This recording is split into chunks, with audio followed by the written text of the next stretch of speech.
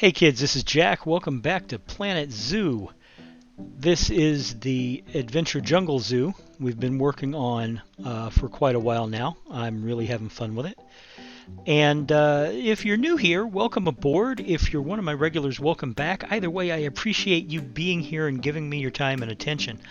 Last time we were working on the Adventure Jungle Zoo, we were working on this Barbirusa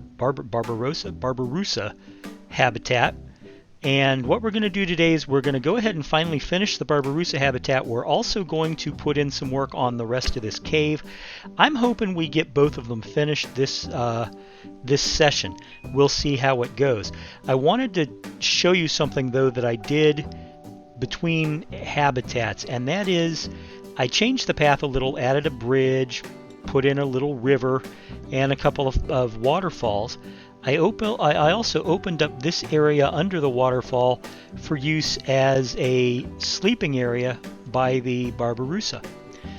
Personally, I think that's just going to be fantastic. So anyway, let's get back into it, shall we? And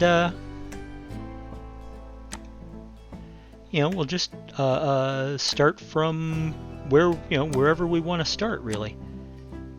And what I wanted to do was I basically wanted to do that. Yeah. Okay. That just adds another layer of reason why it's not all. Anyway, you get the picture. So that was the first thing I wanted to do. The second thing I want to do is, of course, I want to grab another one of these bad boys. Okay. Come on, there we go, out of the edit group. Thank you very much. Now, given that I've already put in the roof here, and there's the rocks and the wall and all, and there's multiple paths, we're going to want to be very careful putting this in, because we don't want it to clash too much with what's already here. So we'll go ahead and put that in, and then I'm going to move this back this way. I'm going to have to go in here real quick because, yeah, here we go. Because what I wanted to do was I wanted to go ahead and delete this little bit of path. And then we'll get out of the path entirely. Now, this habitat box, what are we going to request? What we're going to request is we're going to request the giant desert hairy scorpion, which of course are North American animals. But we're grabbing all the insects, not just the... I know this is supposed to be tropical zoo, but we're grabbing every single insect. We're not just going to grab the tropical insects. Because to be brutally honest, while there's a lot of them, I just like having exhibits. I openly admit it. I'm a fan of the exhibit system. Let's go. Okay.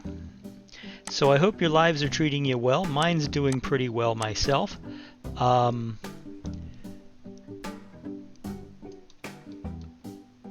Yeah. Anyway, mine's doing pretty well. I've got my second dose of COVID vaccine coming up here pretty soon. That's important. Let's try 25.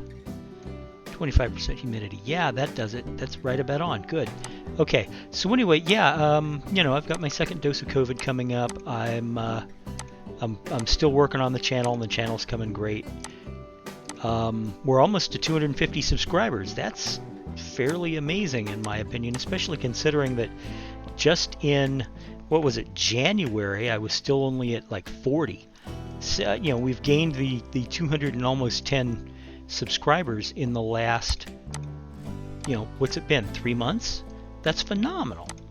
I mean, sure, yeah, I'm still a small tuber. I'm not going to deny that I'm a small tuber, but to gain that kind of gain, and it's all because of you. It really is. It's all because of you guys. You guys like what I'm doing. I'm glad you like what I'm doing. I'd still be doing, I'll be honest, I would still be doing it if it weren't for You know, even if there was only 40 of you. Because, you know, I'm having fun doing this. I really am. And I hope that you're having fun watching me do it. So. And we need the dark green. There we go. Okay.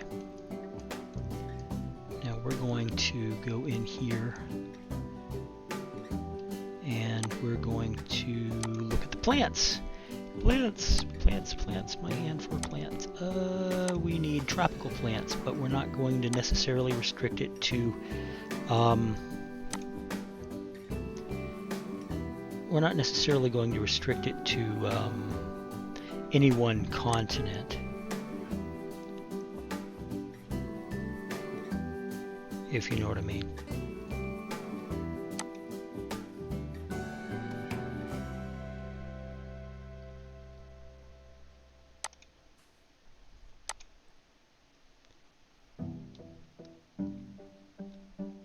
Working in tight quarters is exacting. So anyway, yeah, what I'm hoping to do in this session is basically get a lot more done when it comes to this what we're doing here, the cave, if you will. I want to just, you know, I want to move it along. I like what I've done here, and I like the fact that, you know, you guys seem to like it too. But at the same time, I want to, you know, there are other animals. Okay.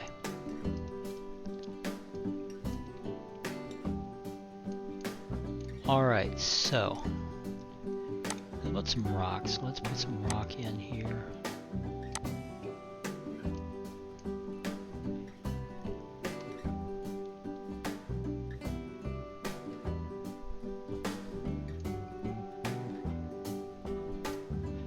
And this is fairly exacting work. I'm working in close detail in tight areas, and so it takes a lot of concentration.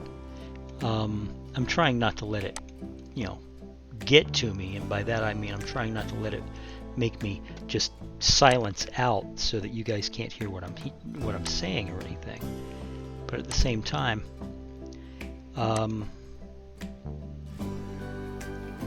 you know, I'm trying to pay attention to what I'm doing while while maintaining a running commentary.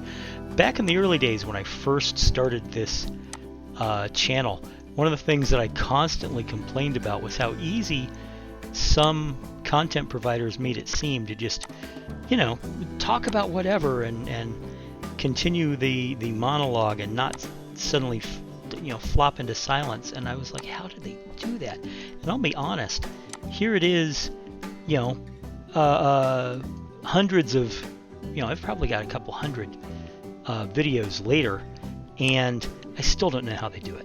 I still feel like I'm faking it. What do they call it? Imposter syndrome? When you feel like you're vastly under, you know, when you're apparently good at something, or at least, you know, you don't suck at it, but because there are people around you who are so much better than you are, you constantly think that, nah, you're no good, you suck. That's how I feel about this sometimes. And you know, I had somebody ask me today, how is it that you make such great habitats? And I'm like, what do you mean great habitats? I don't make great habitats. No, if you want to see great habitats, you need to go to this person. You need to go to that person. And of course, every person I named makes amazing habitats. Hands down, no question, they make amazing habitats. And, you know, so, and I recognized in talking about this that I'm probably better than I like to think. I probably am better than I like to think. But that doesn't mean I think that I'm amazing. You know, I certainly don't think that. not when I look at some of the stuff that other creators are coming up with, and I'm like, holy shit, look at that. I would never be able to do that in 1,000 years. But there are some things I'm proud of. I'm proud of my waterfalls. I don't know if you guys noticed, but I did add a couple more well, of course you noticed. I pointed it out, for crying out loud. That's a stupid thing to say. But you get the idea, I'm sure.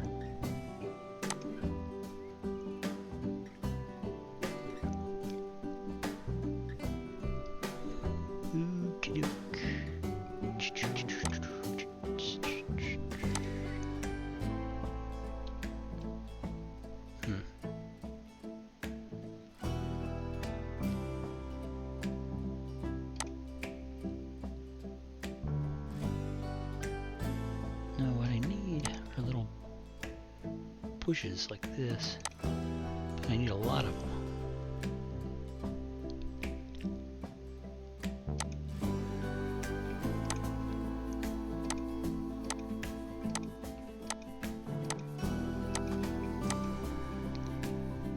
All right. And from here, I think we're going to use some more rocks. Habitat is a disease risk. Is it the lemurs or the lions? Maybe the crocodiles. Oh, it's the koalas this time. Do I have a koala crew? I don't know if I do. Let me look and I'll make one.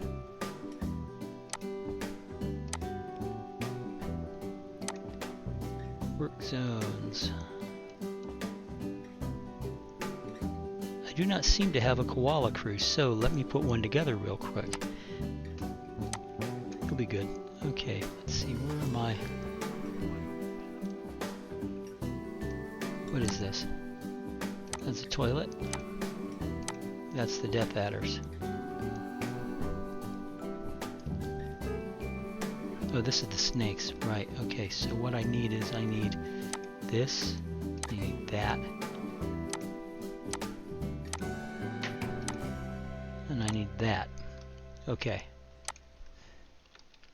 Koala zone. Okay, so right now the koala zone has one person in it, but we will put other people in it real quick. Let's see, you get to work in the koala zone, and you get to work in the koala zone. What else do we need? We need a veterinarian. Do we have a free veterinarian? Yes. You get to work in the koala zone. There, good job. And while we're at it, I'm just going to hire, say, 3 wandering veterinarians who will handle people outside the zones. So where were we? We were back here doing this. I needed rocks, that's right. Okay, so the tropical rocks are back here. These are pre-made rock walls that are immensely useful for what it is that I'm doing right now. And I can do rock work without resorting to the walls. It's faster. It's faster and it's less tedious. Let's be brutally honest, okay?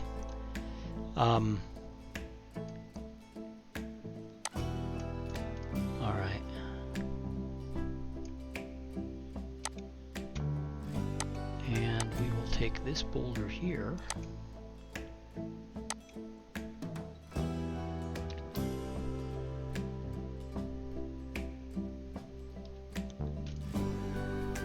and that looks like it's just about right, so we'll add that and then we'll pull it over and pull it up front and give it a little bit of a spin and pull it back this way, and then boom, that'll be fine too.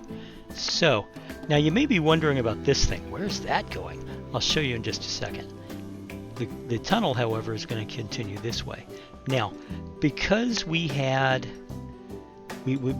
a one-way glass piece here, they're all on birth control. I'm not worried about it. What I want is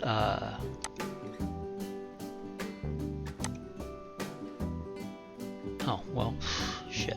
Some of them are on birth control. I'm gonna have to go through and like cull my animals, but that's a purpose for another time. I want to get this done.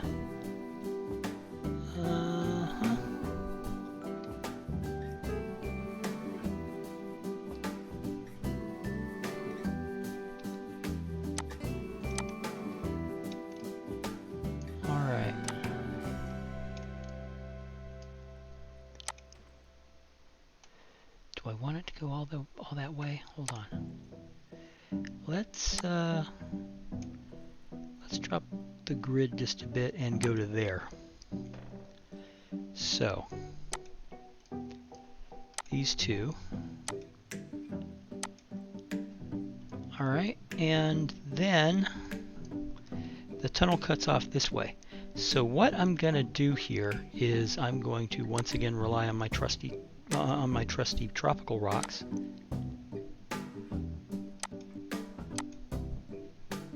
And we're going to copy it and bring it over this way.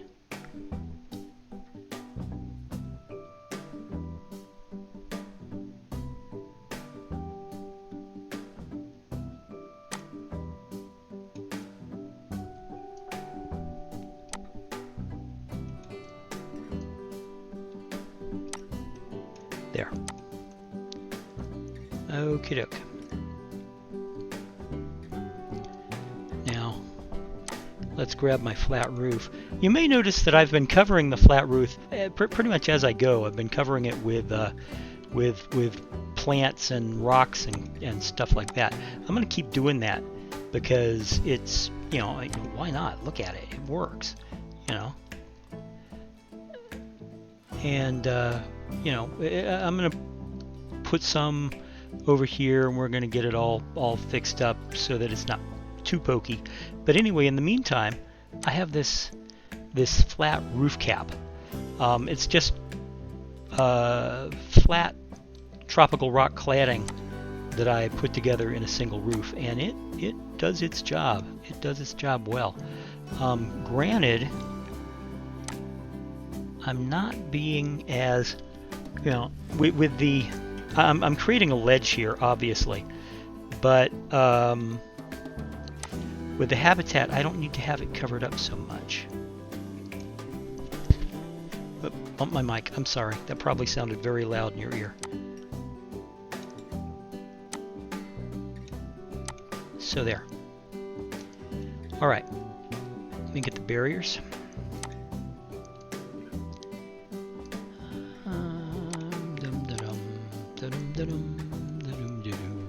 Okay, that's where it exits the rocks. That's not, okay. So we're gonna do this and put the end thing in the rock.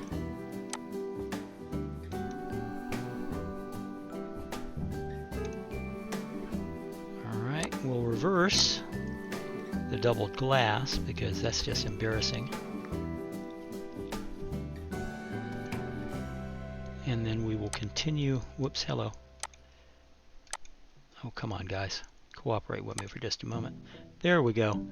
We'll continue this around the circle.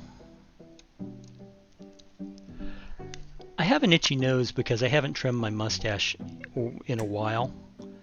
And so if I constantly brush my mic, or if it sounds like I'm brushing my mic, it's because my nose itches because of long mustache hair sticking upward into my nose. I know that sounds like ridiculousness, but it is. You know, I'm the guy who chose to have a big, thick, white, bushy mustache on top of my big, thick, white, bushy beard. So, you know, I'm going for Santa Claus. I have been told that I would make a very cool mall Santa if mall Santas were still a thing in this age of COVID. Because I have the right look, and I don't need a fake beard for it, because my own beard is apparently a wonder to behold when it comes to Santa Claus beards.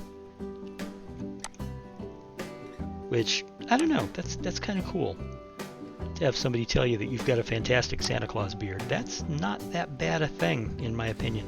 What do you guys think? Is having a Santa Claus beard cool? You